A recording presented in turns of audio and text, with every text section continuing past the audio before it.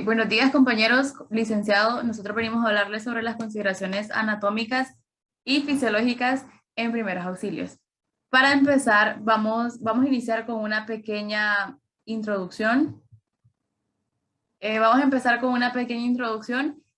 A lo largo de los siglos, los seres humanos hemos intentado buscar explicación a lo que ocurre a nuestro alrededor. Hemos querido entender cómo funciona nuestro cuerpo. La estructura y la vida de los seres vivos es más compleja que la suma de todas sus partes por separado, como ser sus células, sus tejidos, sus órganos, etc. Por este motivo, la fisiología se apoya en base de otras disciplinas relacionadas con la biología. Vamos a iniciar hablando sobre los signos vitales.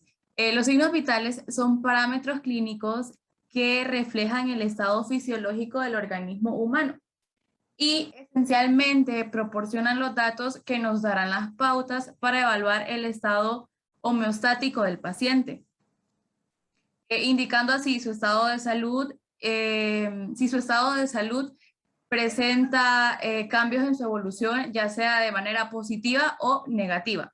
Los signos vitales incluyen la temperatura, la frecuencia respiratoria, la frecuencia cardíaca y la presión arterial.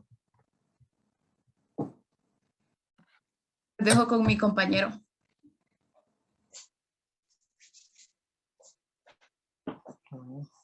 Muy buenos días, buenas tardes, noches. Mi nombre es Jared Valladares y yo les vengo a hablar sobre la frecuencia respiratoria. La frecuencia respiratoria es un número de respiraciones que realiza un ser vivo en un periodo específico. El movimiento rítmico entre la inspiración y expiración está regulado por el sistema nervioso. Cuando las respiraciones de minutos están por encima de lo normal, se habla de taquipnea, y cuando se hallan por debajo se llama bradipnea. Usualmente se confunde la frecuencia respiratoria con la frecuencia ventilatoria. Sin embargo, son dos cosas diferentes. La frecuencia respiratoria es el proceso fisiológico de la respiración, mientras que la frecuencia ventilatoria se refiere al proceso mecánico. Se consideran las siguientes posibles causas del aumento de la frecuencia respiratoria dadas a las siguientes circunstancias.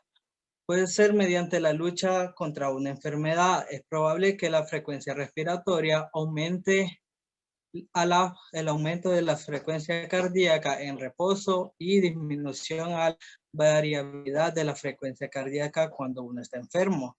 En el caso que esté luchando mediante una infección en la vía respiratoria, por ejemplo, una bronquitis, o cuando tiene problemas respiratorios a largo plazo, por ejemplo, ronquidos fuertes, la tos y exceso de movimientos que pueden interferir con el aumento y la disminución constante de estos intervalos entre los latidos que se utilizan para estimar la frecuencia respiratoria. Otro de ellos puede ser la ansiedad. Los patrones de respiración rápida e irregular se asocian con un movimiento de la ansiedad. O lo más dado se puede dar con los cambios hormonales. En las mujeres se tiende a presentar una mayor variación en su frecuencia respiratoria, ya que los cambios en la misma están relacionados con las fases del ciclo menstrual. La respiración es más lenta al principio del ciclo y se acelera hacia el final. Otro de estos puede ser la temperatura corporal mientras uno duerme. Si duerme en un dormitorio en el que hace bastante calor o bastante frío durante la noche, es posible que se vean estos cambios con frecuencia, ya que el cuerpo trabaja más para recompensar esas temperaturas extremas, y es probable que uno observe ligeros aumentos de la frecuencia respiratoria entre ambos casos. Y una de las cifras respiratorias en recién nacidos hasta los 6 meses data de los 30 a 40 respiraciones por minuto. Les hablaré de las cifras de la respiración. Entre los recién nacidos hasta los 6 meses data de 30 a 40 respiraciones por minuto. De los niños de 3 años de 20 a 30 respiraciones por minuto. Los niños de 6 años de 18 a 25 respiraciones por minuto.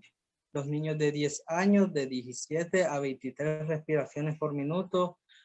Adultos de 12 a 18 respiraciones por minuto. Nuestros adultos mayores son de 12 a 28 respiraciones por minuto.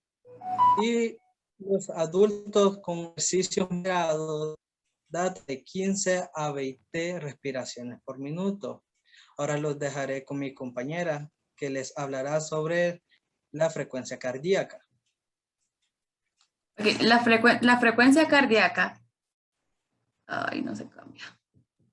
Ahora les voy a hablar de la frecuencia cardíaca. La frecuencia cardíaca es el número de latidos del corazón por minuto. Se toma con un estetoscopio como el que vemos aquí en la imagen o colocando el oído sobre el punto citado, el cual se coloca a la altura del quinto espacio intercostal en la línea media clavicular, es decir, a la altura del pezón izquierdo, inclinándolo un poco hacia la izquierda. Al igual que la frecuencia respiratoria, se cuenta cuántas veces late el corazón por minuto.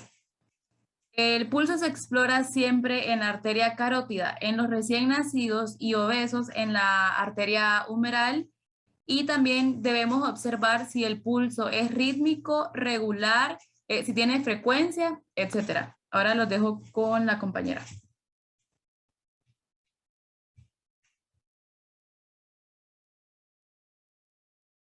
Bueno, mi nombre es Azaris Triviño y hablaré un poco del pulso. El pulso se controla para determinar el funcionamiento del corazón. Es la expansión rítmica de una arteria producida por el paso de la sangre bombeada por el corazón. El pulso sufre modificaciones cuando el volumen de la sangre bombeada por el corazón disminuye o cuando hay cambios de elasticidad en las arterias. Cifras normales de acuerdo al pulso, siendo lo más importante la edad. Lactantes de 130 a 140 pulsaciones por minuto. Los niños de 80 a 100 pulsaciones por minuto. Y adultos de 72 a 80 pulsaciones por minuto. Los ancianos o adultos mayores de 60 o menos pulsaciones por minuto. Puntos para tomar el pulso. Número 1, en la 100, en el cuello. Número 3, en el huevo clavicular. Número 4, parte interna del brazo. Número 5, en la muñeca. Número 6, parte interna o pliegue del codo. En la ingle, en el dorso o en la tetilla izquierda para los bebés.